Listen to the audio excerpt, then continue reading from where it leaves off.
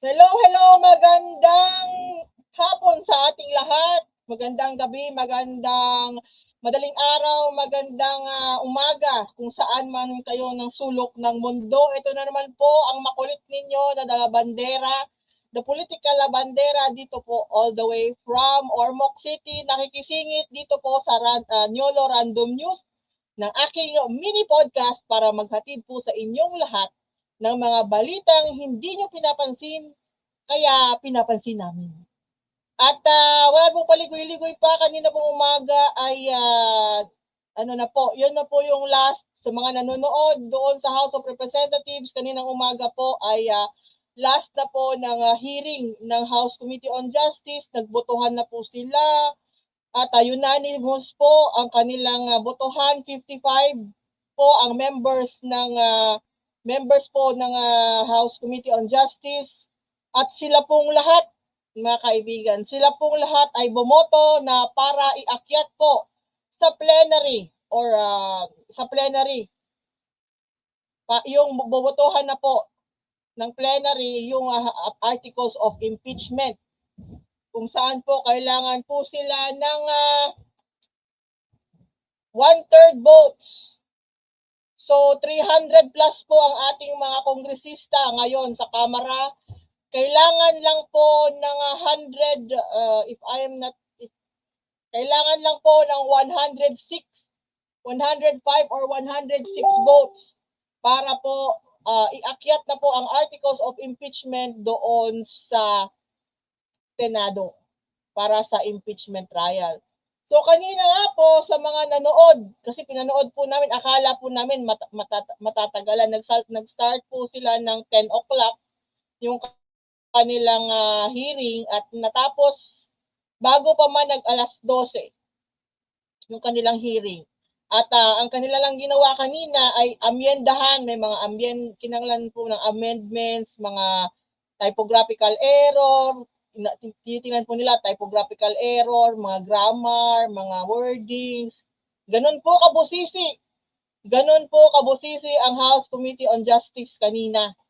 Yung mga sentences, construction ng sentence, yun yung kanilang binubusisi kanina. At para walang kasi alam mo yun po, pag sa abugas siya, kung abogado po ay napaka-importante po ng wordings. Sa mga pleadings, napaka-importante po. Kahit konti lang na artikulo, mga preposition, yung mga placement, sometimes yun po yung nakakaano ng kanilang mga pleadings. Doon sila mag-wrong grammar ka, masakit sa ulo po yun. Sakit sa ulo. As in, masakit talaga sa ulo pag wrong grammar. Ay dati-dati po, nung kapanahunan namin, nung medyo matagal na, mga 90s po, ang alam ko, pag nagtitake po ng bar, this is 90s sa 90s. Nagtitake po ng bar, dati, sa bar exam po, essay. Dapat po marunong kayo mag-essay, maggawa ng essay kasi ipapaliwanag ninyo kung anong gagawin ninyo sa isang kaso or ano yung babasihan ninyo na kaso. So bibigyan kayo ng isang tanong, isang sitwasyon, tapos kayo po, kailangan po ninyo isulat yung answer ninyo. Yung ito po sa bar po, ito, mga 90s pa to. Sa bar exam, kailangan po handwritten yung answer. Ewan ko na after mga early 20s, 2020s, di ko na po, nung mga ganun, after the 90s, di ko na po alam kung anong klase na yung bar exam. Pero I think yung mga recent bar exam, meron na po silang multiple choice. Sa medicine po, multiple choice. Before, may ganun din. Pero sa bar exam is, susulatin mo talaga. At kung kung pangit po yung inyong penmanship, yung hindi bihasa sa cursive, yung mga sinaunang sulat, kung pangit po yung inyong panunulat, pagsusulat. Malamang po kayo ay maano sa bar, babagsak sa bar. Kaya kagaya ko po, na pangit yung sulat, doon po ako sa medisina. Kasi po, doon sa medisina, mga doktor, usually po pangit ang penmanship. Kaya nahihirapan nga yung hindi talaga magaling sa stenography, mahihirapan makabasa nung reseta ng mga doktor, 'di ba? So, yun po yung kwento doon. Pero yun nga, kanina ay 55 out of 55 unanimous po ang desisyon ng House Committee on Justice na dalhin na sa plenary ang impeachment, articles of impeachment laban kay Vice President Sara Duterte na kanilang ipipresenta na po sa House of the Whole, House on the Whole. Sila na po, lahat po ng 300 ay representahin na po. Ang iniisip namin is either end of the week or next week. Next week, magkakaroon po ng plenary session kung saan lahat ng inaanyayahan ang lahat ng members ng House of Representatives na maging present sa pagbobotohan na ito. Kung iaakyat ba, ang kailangan lang po na numero para sure ball is 110. 110 votes, 110 signatures para sure. So far, nakikita natin, meron na pong 55 votes. Kaya sigurado po, may certain degree of certainty ako na yung mga members ng House Committee on Justice will be voting yes. Kasi 55 out of 55 kanina. So, meron na pong sure na 55 votes. Kailangan na lang po another 55 para yun, maakyat na po. At I think hindi po mahirap yun makuha yung 55 another 55 votes. Yung 110 votes hindi po mahirap.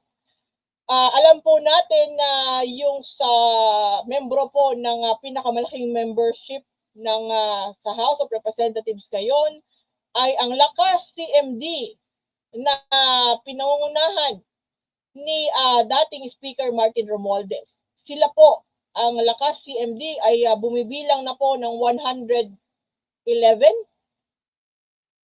Parang ganon. Correct me if I'm wrong, 111 na po ang members ng House sa dyan, na Lakas members. Kahit sila lang lahat, kahit lahat ng members ng Lakas CMD bumoto ng yes next week sa plenary, wala na po, diretso na yan sa Senado. Kahit sila lang, kahit yung buong partido lang na yun. Pero nandiyan pa rin po yung partido ni kinabibilangan ni PBBM at ng kanyang anak na si Representative Sandro Marcos at ni Speaker Bogie D, ang federal nabubulol ako, yung PFP.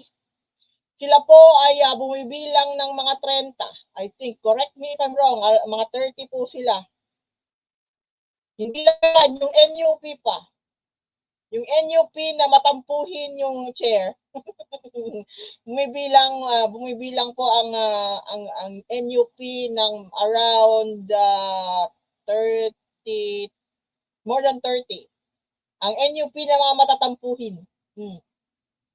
Pero kaalyansa po sila ng Lakas CMD, ng PFP, at saka ng NP. Meron pang NP, Nationalista Party. Meron pang PDP laban din sa House, pero hindi ko alam kung ilan na sila. Kasi dati, nung panahon po ni dating Pangulong Rodrigo Duterte, sila po yung super majority. Ang PDP, walang laban na ngayon kasi hindi na yung mga original na yung hindi na. So hindi pa natin alam kung ilan sila, pero hindi naman po sila pumapalo ng 100. At meron pang mga stragglers. Meron pang mga akbayan, yung mga minority. Meron pang mga meron pong nagpapahayag na hindi daw sila pipirma at hindi daw sila makikilahok. na-mention na po yung mga pangalan ni sino yun? Si Erice at saka si Franz Pumaren. Hindi daw sila pipirma sa impeachment. Kasi hindi ko maintindihan yung kanilang paliwanag, pero naririnig ko yung paliwanag nila, pero ang naririnig ko, ang pumapasok sa isipan ko habang binabasa ko yung kanilang mga paliwanag sa mga statement na lumalabas sa mga reports, didishit sila. Yun lang, didishit.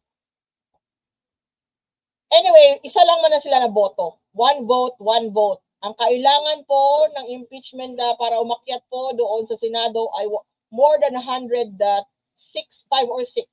110, sure ball na. So, isipin na lang po natin, hintayin na lang po natin kung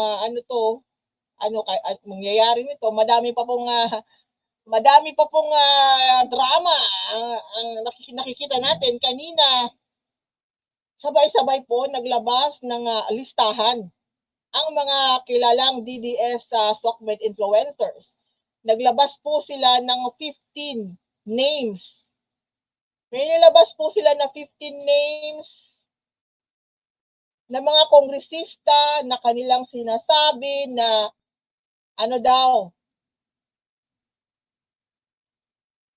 hanapin ko nga yun. Meron ako nagpasa po sa akin ng 15 names na yun. Sabay-sabay po sila nag-post ng 15 names na ito. Lawmakers who reportedly withdrew as authors of the House resolution setting forth the articles of impeachment against Vice President Sara Duterte as of May 4, 2026. At ang mga pangalan, babasahin ko sa inyo yung mga pangalan na sinasabi ng mga DDS SOCMED influencers na wini-withdraw na daw yung kanilang signature doon sa House resolution. Si Mauricio Dumogan, pinangalanan po, Lone District of Baguio. Si Mauricio Dumogan po, if correct me if I'm wrong, member po ito ng House Committee on Justice, si Dumogan. At kanina po nagbotohan ng 55 out of 55. Nandun si Dumogan kanina sa House hearing ng Justice Committee. Tapos sinasabi po ng mga DDS na siya po ay wini-withdraw. Pinangalanan po siya na wini-withdraw daw po ang kanyang signature doon sa resolution sa impeachment ni Sara Duterte. Paano nangyari yun? Paano ang isang member ng Justice Committee magwi-withdraw ng kanyang signature sa isang papel na hindi pa natin nakikita, na kaninang umaga lang ay bumoto para iakyat na sa plenary yung articles of impeachment ni Sara Duterte. Ito po, nasa tabi ko po yung screenshot. Number 1 pa talaga si Dumogan. Number 2 si Jennifer Karen Lagbas ng 1st District ng Misamis. Si Jose C. Alvarez ng 2nd District ng Palawan, ikatatlong pangalan.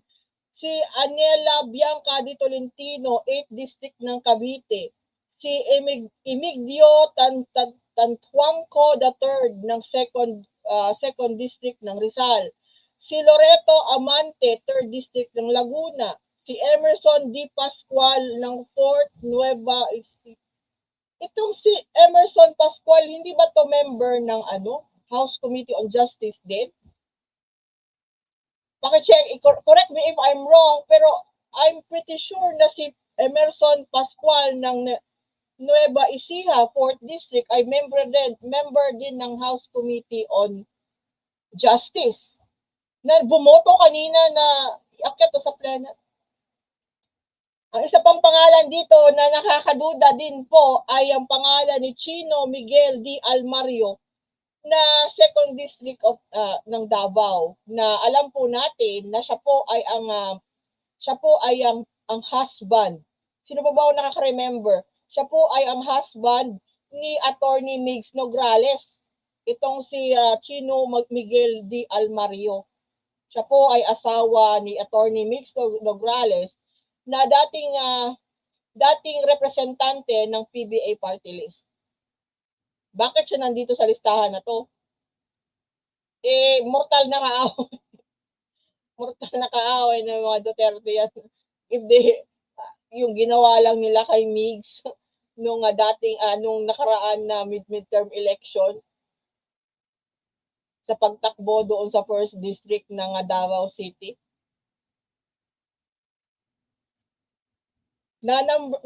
Sumunod kay Migs Almario ay si Yevgeny Vicente B.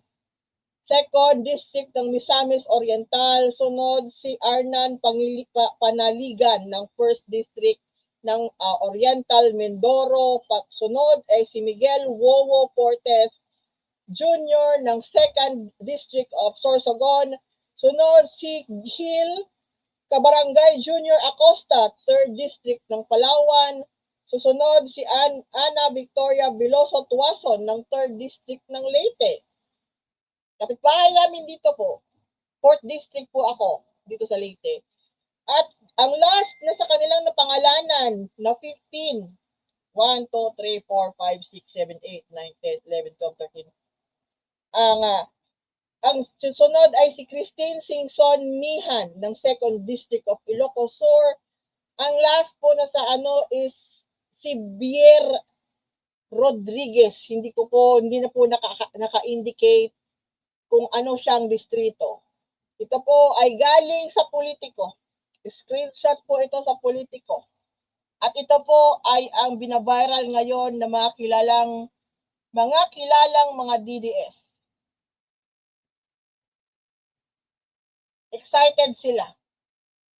Excited po sila sa 15 names. Nakailangan po is more than 106. Tapos 55 na po yung kanina sa para iakyat na sa plenary 55. Kahit isali pa nila yung mga pangalan ni Franz Pumaren at saka ni Erice dito sa 15 na binanggit ko lang, kulang pa rin po. Kailangan pa rin nila, di ba? I mean, we all know na dyan sa House of Representatives, numbers. Kung wala kang numero, wala. Yung mga walang numero ang iingay. Yung mga may numero, tahimik lang. Ganun talaga siguro. Pero sa demokrasya po, ulitin ko, sa demokrasya, yung talagang ang mananaig po sa atin ay yung karamihan. Majority rules talaga. So ngayon, I will assume, starting today hanggang may babotohan na po dyan sa House Plenary regarding sa impeachment ni Vice President Sara Duterte, marami pong maggagapangan. Marami pong maglalabi. Yan po ang kalakaran dyan sa House, lobbying. Dyan po makikita natin yung magagaling na magkumbinsi. Dyan sa House. Dyan po, makikita natin yung mga operator dyan sa House from this day. Kasi nga, yun na nga, iaakit na talaga sa plenary po yung articles. So from this day hanggang magbobotohan sila, possibly next week, next week, yun yung titinitinan ko, possibly next week, marami pong maggagapangan. Kasi election din po yan. So, yan na po yan. At hintayin na lang po natin. Next tayo. Next topic po for this afternoon na napakainit. Masyadong mainit po. Summer na summer. Ito. Meron. Ano ba to? Nakalimutan. Hindi ko kasi makita. Wait po ha. Wait. Wait a minute.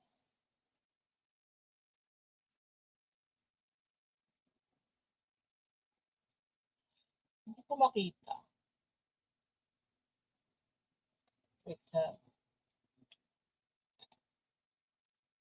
Sandali lang. Hindi ko yan makita. Masyadong, pasensya na po. Ang aking pong mata ay 4 na pero dahil sa katandaan, hindi pa rin. Ito po ay kanina rin po, nagpresenta po ang PNP. The PNP ngayon, Lunes nga pala. Sorry po. Kanina po ang PNP ay nagbigay ng 4 million cash rewards. Paldo sila sa 21. Tama ba? Hindi, 21. Sorry po. 21 po na informants na yung mga tips ay nag-lead daw ng arrest ng high value individuals na involved sa heinous crimes. 21 po ito. Binigyan na po sila ng kanilang pabuya kaninang umaga for 4 million. Maghahati-hatiin po nila yan sa kanila. Sana po galingan pa nila para si Atong Ang po malaman na kung saan. Kung magagaling po yan sila ng mga informants at yun, hanapin nila si Atong Ang para malaman na, makuha na, maaresto na si Atong Ang at para ipresenta na siya ng maayos ni John Vic Remulla sa press. Para hindi nahihiya, sabihin lang ni John Vic, ay sayang, nasalisihan sila, ganun. So kanina po, yun na nga, nagbigay na po pabuya 4M dito sa mga informants na ito. Sana po sa mga susunod maging masigasig pa silang mag-inform. At yun at hanapin nila si Atong Ang kasi meron po yung pabuya pag may namalaman po kung nasaan siya at siya po ay ipaalam ang kanyang whereabouts sa autoridad. Yun po, sigurado po yung may pabuya. At large po yun siya So yan, ganap yan kanina. Madaming ganap kanina. Next ganap. What is our next ganap?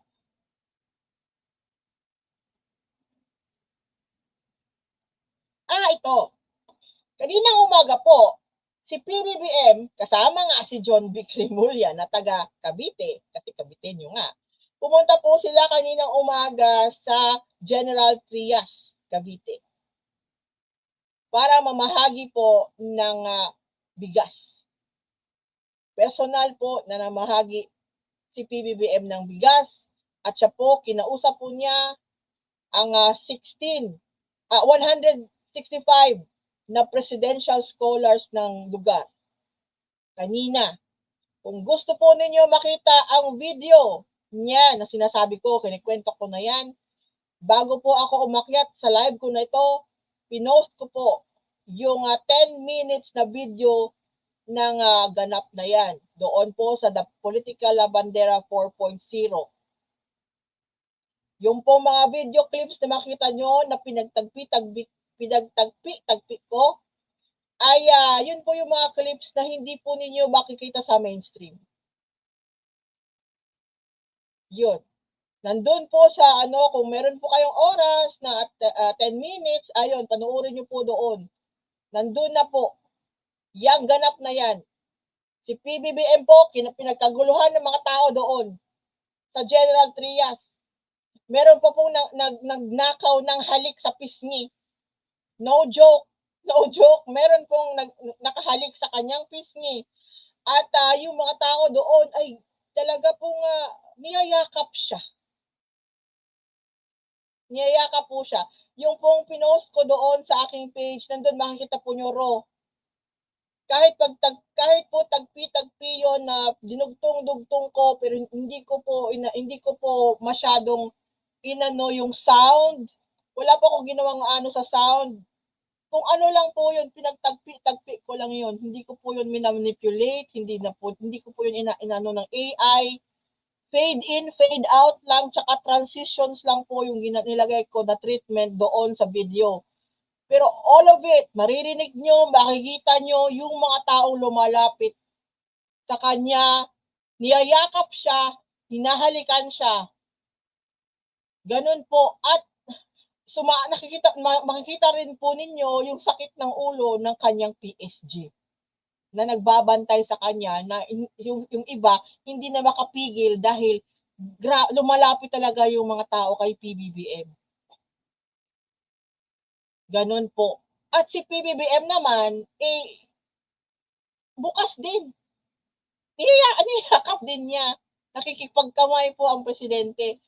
Halos magkaiba po ang atmosphere.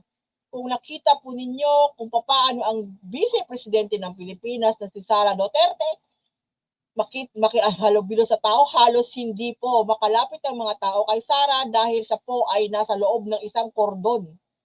Kung makikita po nyo si Sara Duterte, napapaligiran po siya ng kanyang kordon ng security niya. Kaya hindi halos makalapit ang mga tao. Si PBBM po, sakit ng ulo ng kanyang security kasi si PBBM po mismo ay lumalapit. Walang takot si PBBM. Kami yung natatakot ako every time po siya, yung mga ganyan na lakad, na open ako po nininervyos. Pag nakikita ko po si PBBM ng mga ganyan events, ako yung ninenervyos kahit wala po ako doon, nanonood lang ako, ninenervyos po ako. Lalong-lalo na yung mga tao madami, dumudumog sa kanya.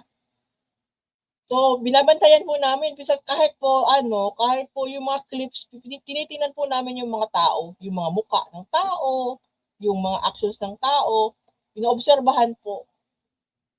So, kanina, totoo po yan. Si PBBM po ay nasa General Trias, Cavite kaninang umaga at nag-joyride din po siya kaninang umaga sa pabubuksan na po na Cavite-Laguna Expressway. Nandun siya, nag-joyride din siya kanina. Busy, ganyan po ka-busy ang presidente natin. Shout out kay Manang Aimee. My God, Manang Aimee, shout out. Manang Aimee, yung ading mo na sinasabi mong in and out sa ospital, ayan no, nasa General Trias kanina. Oh, yan ba yung may sakit? Manang, yan ba yung sakit? May sakit si ading mo? Ayan no. Anong sakit yan, Manang? Alam po ninyo, nung weekend, si Senator Amy Marcos po ay pumunta sa Cebu.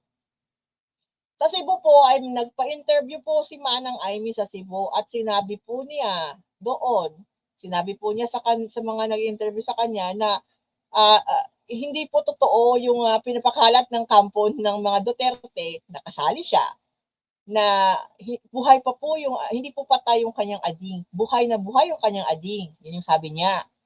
Sabi niya yun ha.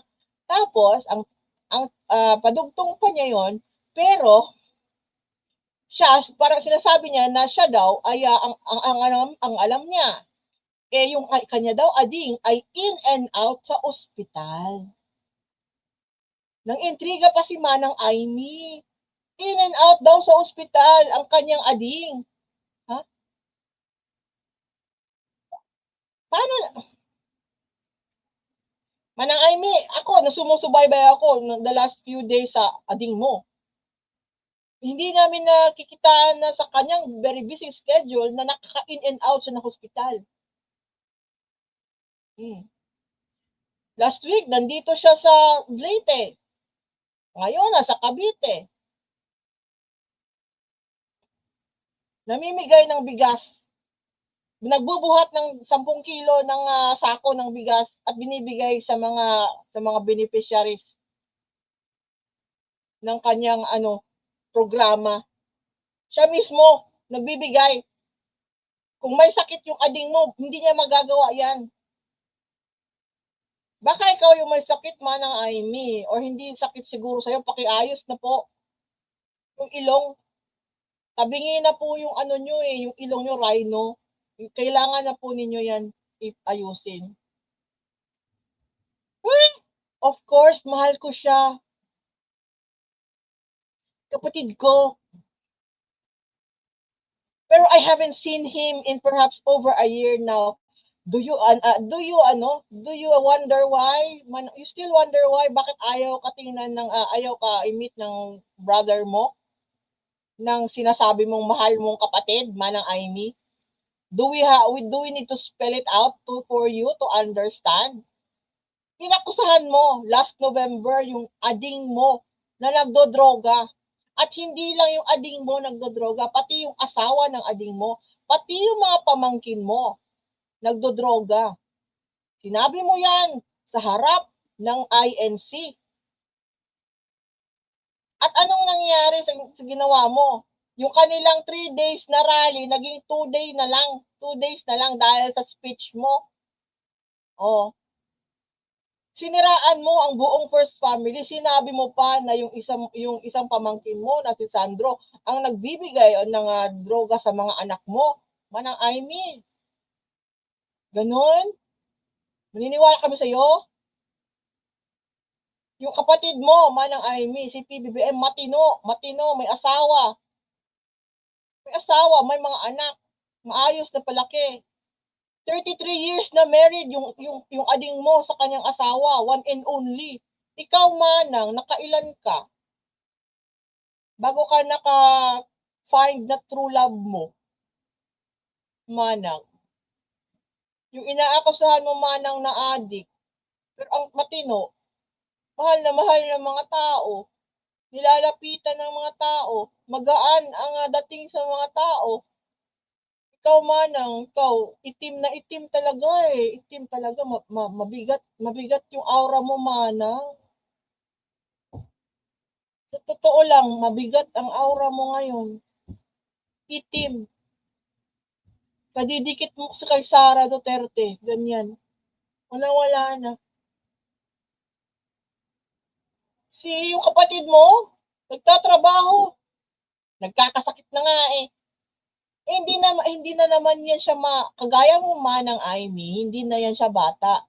Pareho na kayong senior citizen. Ikaw 70 ka na nga. O di ba? Si PBBM magsi-70 na bago siya bumaba sa pwesto sa 2028. Pero maayos pa siya. O. Hindi mo man lang nakuhang sawayin yung mga gumawa ng kwento na patay na yung kapatid mo na mismo galing sa kampo ng mga Duterte. Hindi mo nasaway? Hindi mo napagsabihan na wag gawin ang ganun klase na biro na namatay yung kapatid mo? Sinabihan pa, nagsabi pa na time of death, room sa St. Luke's, saan now building wing yung kapatid mo. Hindi mo nasaway sila, Manang Aimee? Tapos sasabihin mo, mahal mo yung kapatid mo? Hindi. Hindi mo mahal kapatid mo. Kang magsinungaling. Kung si Pinocchio, pag nagsisinungaling ay tumataas ang ilong, ikaw, Manang Aimee, pag nagsisinungaling ka, humahaba yung baba mo eh. Ganun. So yun po mga kaibigan, si PBBM po kanina ay malusog na malusog. At fresh na fresh. Kanina sa General Trias, Cavite. Nandun po, kasama niya si John Vic. Na kinaiinisan ko ngayon.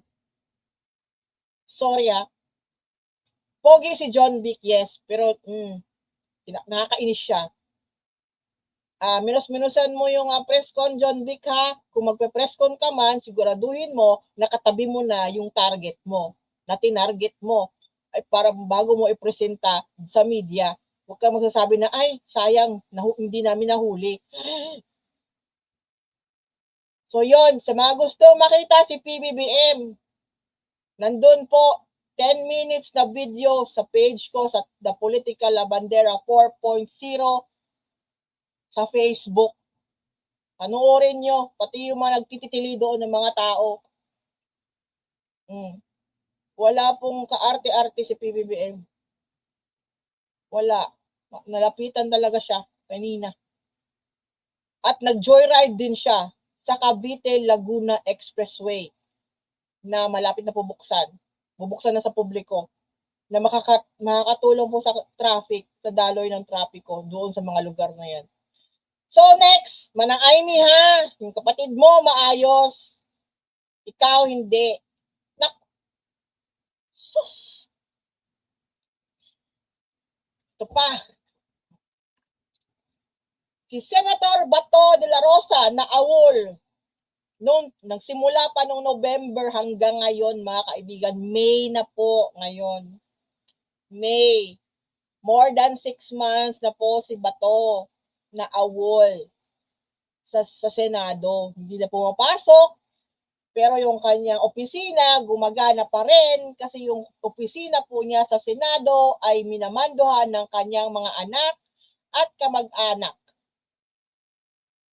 Sinisweldohan pa rin po ng gobyerno ang kanyang pamilya dyan sa Senate office niya. So sabi ni Bato, ngayon, nagpadala po ng show cause order ang Senado sa pangunguna ni Senate President Tito Soto. Pinadalahan na po finally ng Senado si Bato de la Rosa ng show cause order na dahil sa reklamo nga na nag-ugat sa Senate Ethics Committee ni Senator J.B. Ejercito dahil sa kanyang absences since November, December, January, February, March, April, May. More than 6 months na po siya awol. At dapat na talaga pansinin siya dahil nga absent siya. Hindi po siya nagtatrabaho, nagsisweldo siya, at ang nagsisweldo sa kanya, tayo mga taxpayers, tayong taong bayan. Nagbabayad tayo ng buwis para mapaandar ang gobyerno, mabigyan ng sweldo ang mga lingkod bayan natin, kagaya nitong si Bato de la Rosa, pero absent. Dapat may na to, yung mga ganitong klaseng absent, grabe na, months na. Dapat talaga hinahabol na po ito ng penalty kasi violation na po ito. We will understand kung meron pong mga sitwasyon na kung ma-absent ka, kailangan ng life or death, or emergencies, Pero saglit-saglit lang man naman yung mga ganung klase na absent. Si Bato de la Rosa 6 months na, hindi na po yan matatawag na emergency. Hindi na po yan mako-consider na life and death situation. Yung absence niya na 6 months, more than 6 months na sumisweldo siya. Hindi niya pinaglilingkuran ng Pilipino. Yung bumoto dyan, hindi ko po binoto yan. Hindi ko po binoto si Bato de la Rosa, kaya hindi po masakit yung dibdib ko kung yan siya, kung mawala man yan siya or whatever, or hindi ko cargo kung di konsensya yan siya. Kagaya po na hindi ko pag-vote sa bobong si Senator Robin Padilla, hindi ko po mga cargo di konsensya yan kasi hindi ko nga yan binoto, pero taxpayer din po ako. At galing sa buwis, yung sinisweldo nila. Ano yan? JB Ejercito na head or chair ng House, ng Senate Committee on Justice. Bilis-bilisan mo na to. Again, ulitin ko po, the only way po na matanggal ang isang member ng Senado ay kung mismo sila-silang mga senador ay magbobotohan na at tanggalin ang isang membro nila. Ganun lang po. Or, kung may hiya pa pong natitira kay Bato de la Rosa, mag-resign na po si Bato de la Rosa sa kanyang pagiging senador. Total, hindi naman siya senador para sa mga Pilipino. Senador lang pa siya sa mga Duterte. At paano yan? Ito, isang senaryo. Pag pinakyat na po sa Senado or umakyat na sa Senado ang impeachment complaint ni Sara Duterte, dadalo ba yan dadalo ba? Ang tanong, dadalo ba iyan si Senator Bato de la Rosa physically sa Senate floor para bumoto kung i-acquit nila si Sara Duterte. Kasi alam po natin, yan talaga magbobot po yan to acquit. Sure yan. Kasi tuta po yan ni dating Pangulong Rodrigo Duterte na ama ni Sara. Di ba? So, kung mag-start na po ba, ang tanong is kung mag-start na po ba ang impeachment trial sa Senado, will Bato de la Rosa be present? Will he sit down as a senator judge? Makikita po natin siya in the flesh. Kasi hindi po pwede mag-voting hindi pwede mag-vote through via Zoom sa impeachment.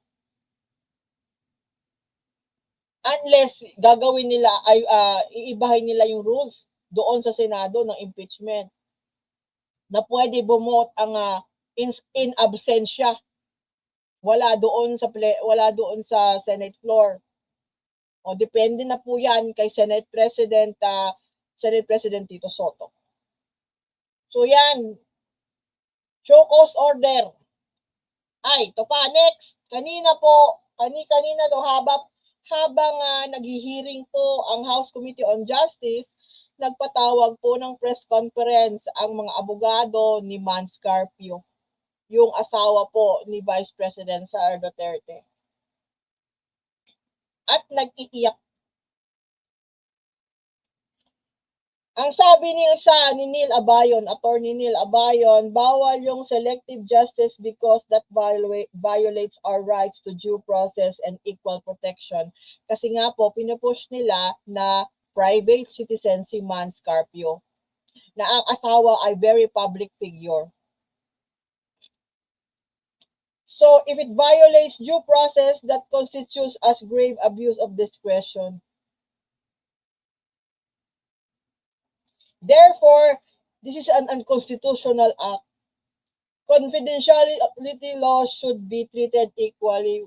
Well, magkano kaya ang bayad sa mga abogado na to na hindi tinitingnan yung exceptions to the rule when it comes to bank secrecy law? Impeachment is one exception to the rule of bank secrecy law. Magkano ang bayad sa mga abogadong ito na nagbubulag-bulagan sa exemptions? 4 po ang exemptions sa rules regarding bank secrecy law. Ang number 2 exemption to the rule sa bank secrecy law ay impeachment. At yung asawa ni Mans Carpio na Vice President of the Philippines, sumasailalim po ngayon ng isang impeachment.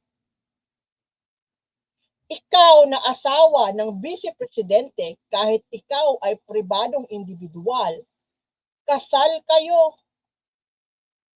At pagkasal kayo, kinukonsidera po kayo ng batas na iisa. Unit na po kayo ng basic unit of our society, the family.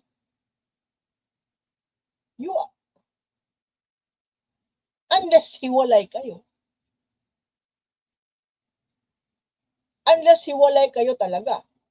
Kaya ini-insist ng iyong mga abogado na ikaw ay pribado na individual, kaya ayaw mong ikaw ay isali dyan.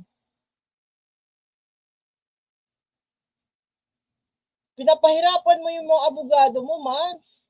Sabihin mo na lang na hiwalay kayo ni Sara.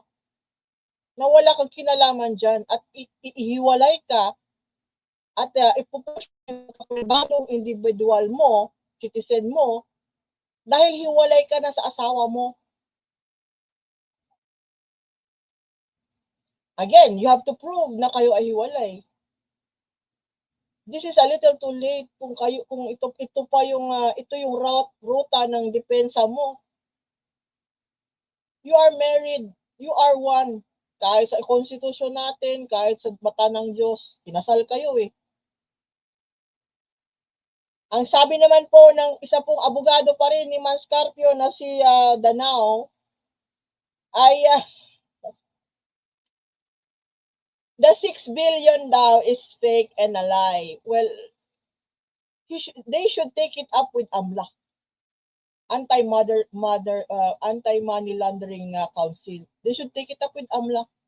They had the opportunity to take it with AMLA noong sa April 22 na hearing. Sa House Committee on Justice na hearing na yun. It was an opportunity for them, for the camp of Sara Duterte, to present their counter arguments, counter evidence regarding this matter, this 6 million na ito, 6 billion na ito. Marites po yun. Marites ba yung pinatotohanan yung sinabi ni Trillanes? Dapat kasi humarap kayo nung hearing na yun. Paano yung Marites pag sinasabi ng AMLA na nasa records nila yon? Kayo yung nagmamarites na ayaw nyong buksan. Yung total amount ng mga transactions inad nila kung kaya ng AMLA na gawin ito sa bank records ng isang abogado, isang asawa ng pangalawang pinakamataas na opisyal na kayang kalkalin lahat ng gawin. Paano na tayong mahihirap? Well, kaming mahihirap, Attorney Danao, hindi kami Vice Presidente ng Pilipinas na may dapat sagutin na tanong kung saan namin dinala yung pera ng taong bayan. Kaming mamahihirap, huwag mo isali sarili mo. Kasi yung kliyente mo, bilyonaryo, at alam namin na malaki yung bayad sa inyo. Kaming mga mahihirap, nagtatanong. At ayaw sagutin ng asawa ng kliyente nyo kung saan niya dinala yung pera.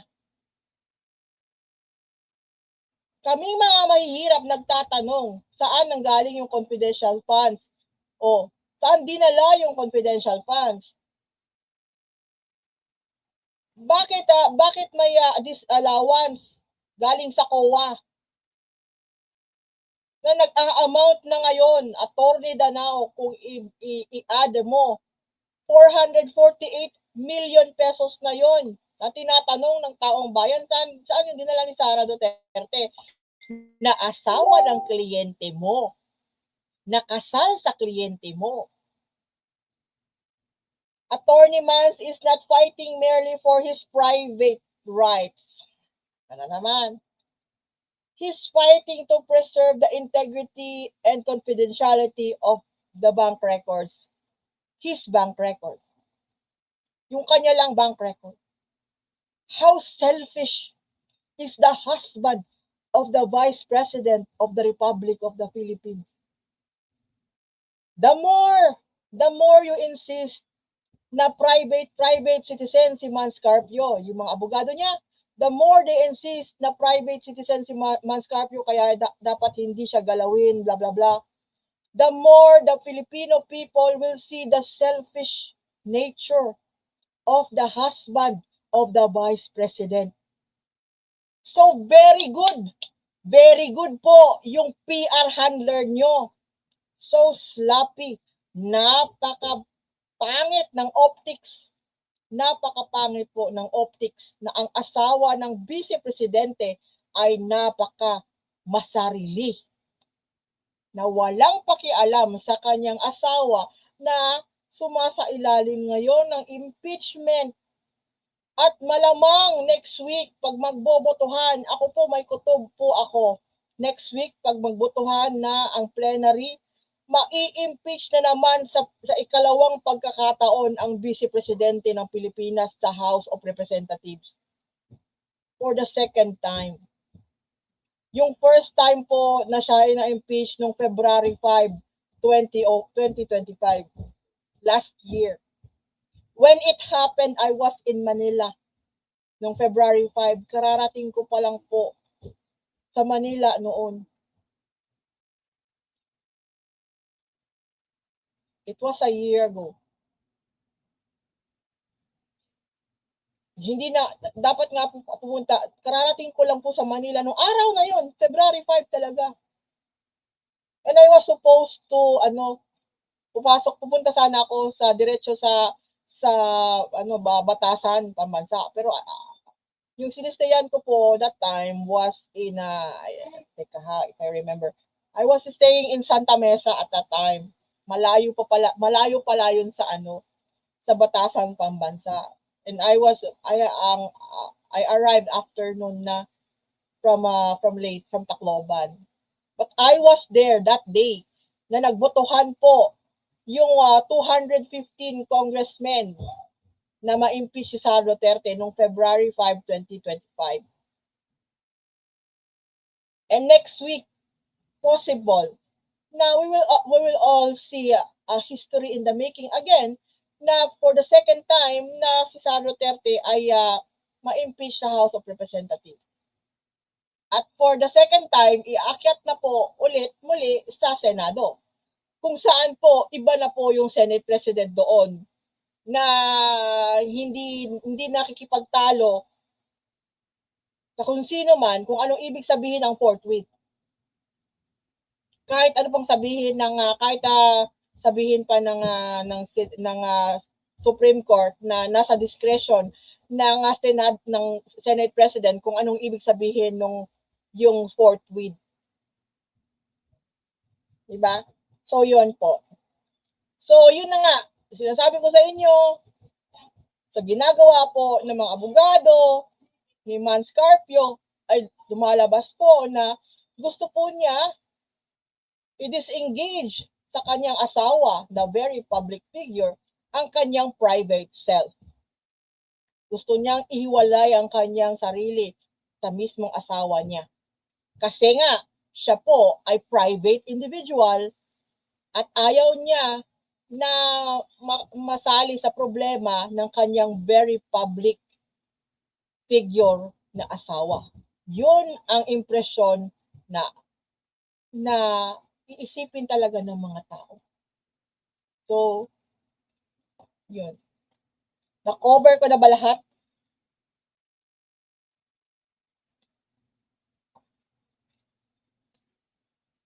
Ay, Chris, yung kay paki-up kay Jerbil.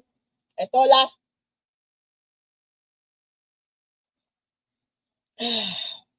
Sabi po ni shout out po kay Representative Jerbil Roistro ng 2nd District ng Batangas. Napakagaling po niya na abogada at napakagaling po niya. Mahusay po siya na chairman ng House Committee on Justice.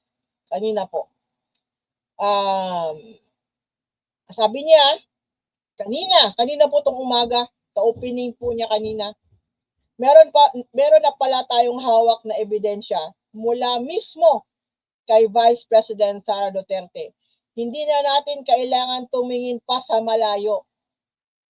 We already have a sworn statement. Ang tagal na palang nandito ang kaniyang salin. Isang dokumento, siya mismo ang pumirma, siya ang nanumpa, at siya ang nagsumite. At malinaw na nakasaad doon, walang cash o cash deposit. Sa mga nakaka-remember, meron pong may mga taon po si Sara Duterte sa kanyang salin ay wala pong nilagay na cash on hand, tsaka cash deposit sa mga bangko. Pero tumataas po yung kanyang deposito sa bangko na walang nakita na pumapasok na pera. At pinaliwanag po ito ng kanyang abogado na si Michael Powa. At sabi ni Michael Powa, yung mga pera daw na yon, yung mga cash, ay nakalagay daw po sa others.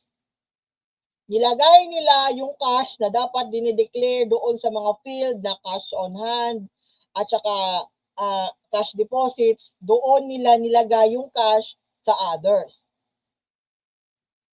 Kaya natatapunan po nga ng laptop. Kaya yung mga ganyan na mga paliwanag natatapunan ng laptop kasi instead na makatulong instead na makatulong sa naratibo, yung pagsasabi na yung others na yung cash ay nandun sa others ay nakakaano po ng laptop. Natatapunan po ng laptop. Nahagisan ng laptop. itabi natin ang SALN na iyon sa lahat ng ebidensya ang ating naipon. Doon lumabas ang tanong na hindi na natin matatakasan.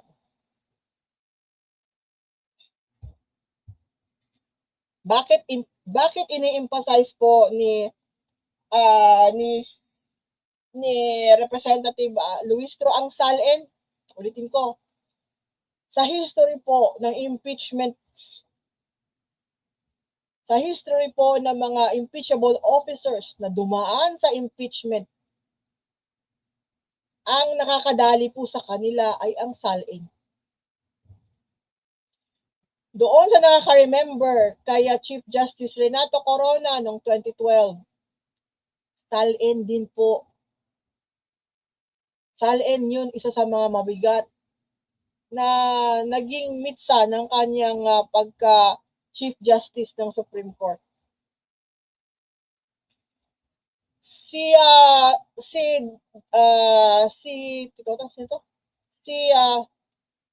Lourdes Sereno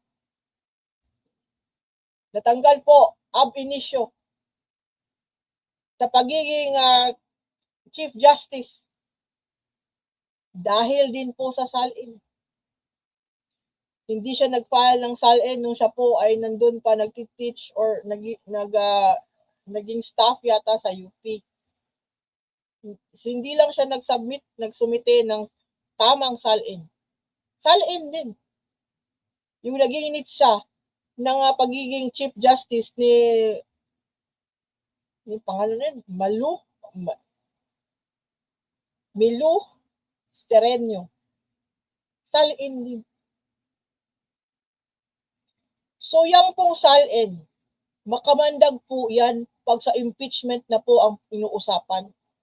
Pwede po yan, kahit yan lang, kahit SALN lang po, ang busisiin nila at makitaan na may anomalya sa SALN ng isang impeachable officer, pwede na po yan magtanggal ng pwesto nung opisyal na yon. Pwede na po siya tanggalin kahit yan lang. Ang problema po ni Sara Duterte, sa totoo lang, hindi lang yan eh.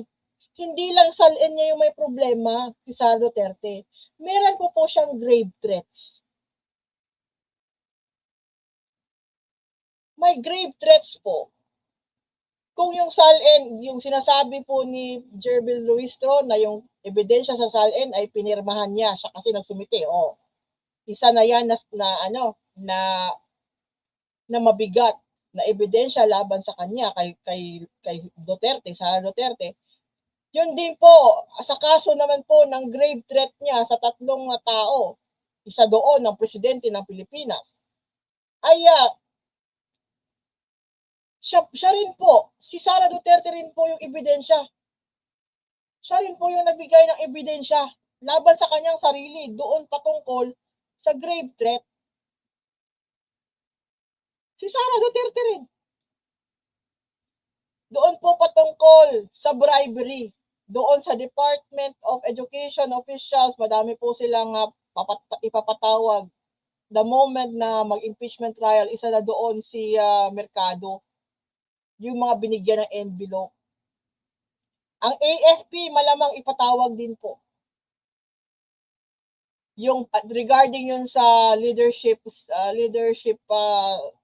program na ginamit ng OVP yung AFP na receive. Nawala naman na yung AFP. Pero sa SALN, ulitin ko, kahit lang po sa SALN, may precedent na po sa SALN na natatanggal po ang mga impeachable officers dahil lang sa SALN. Si Sara Duterte, ayan yung SALN. Maanomalya ang SALN ni Sara Duterte. At pwede yan maging mitsa ng kanyang pagkatanggal sa pagka-vice presidente ng Pilipinas. Pero hindi lang yan.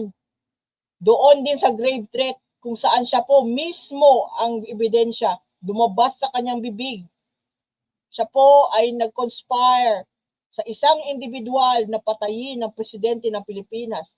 Conspiracy to murder na po yun.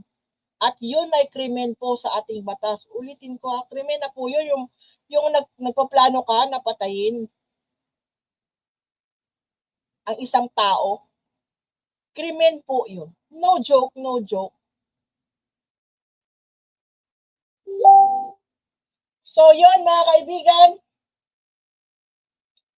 So yun mga kaibigan, that is all for this afternoon. Nga pala po ay kanina po dito po sa Leyte ay inuyog po kami ng earthquake. 5.9 po ang earthquake dito sa Ormoc. 6.1 doon po sa epicenter na medyo nasa norte. Pero okay lang po kami dito. Oh. At sa akin pong asawa tomorrow ay ako po ay mag-celebrate po bukas ng aming 19th wedding anniversary. 19 years na pala ako kasal sa aking asawa. So, masaya po ako. Kasi unlike po sa asawa ng vice presidente na gustong ihiwalay ang kanyang sarili sa kanyang may bahay na may problema. At least yung asawa ko, kahit mahirap lang kami, na kahit may problema po kami dito sa bahay, sa aming dalawa, ay nasa same po kami na team ng husband ko. Walang iwanan. Ang problema ng isa ay problema naming dalawa. Ganun po dapat pag kayo po ay may asawa na talaga pong inyong ino-honor at minamahal. So hanggang dito na lang po ako muli na Politika Labandera for podcast dito po. Nakikisingit ulit, makulit. Nakikisingit po sa Nyolo Random News. At wag po ninyong kalimutan mag-like, mag-share, mag-subscribe dito sa Nyolo Random News. Kila Tita Admin Rich at kay Banat Boy Magdirigma. At kung kayo po sa YouTube po, sana po makisubscribe naman po kayo sa akin dyan sa YouTube channel ko.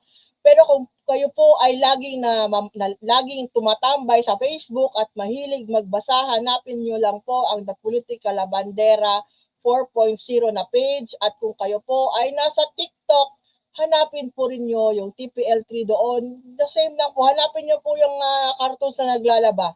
Ako po yan. Yung naglalaba yan, ako po yan. So hanggang dito lang po. Thank you. And I will see you all tomorrow afternoon. Again, bye-bye and have a great day, the rest of the day. Bye! See you next time!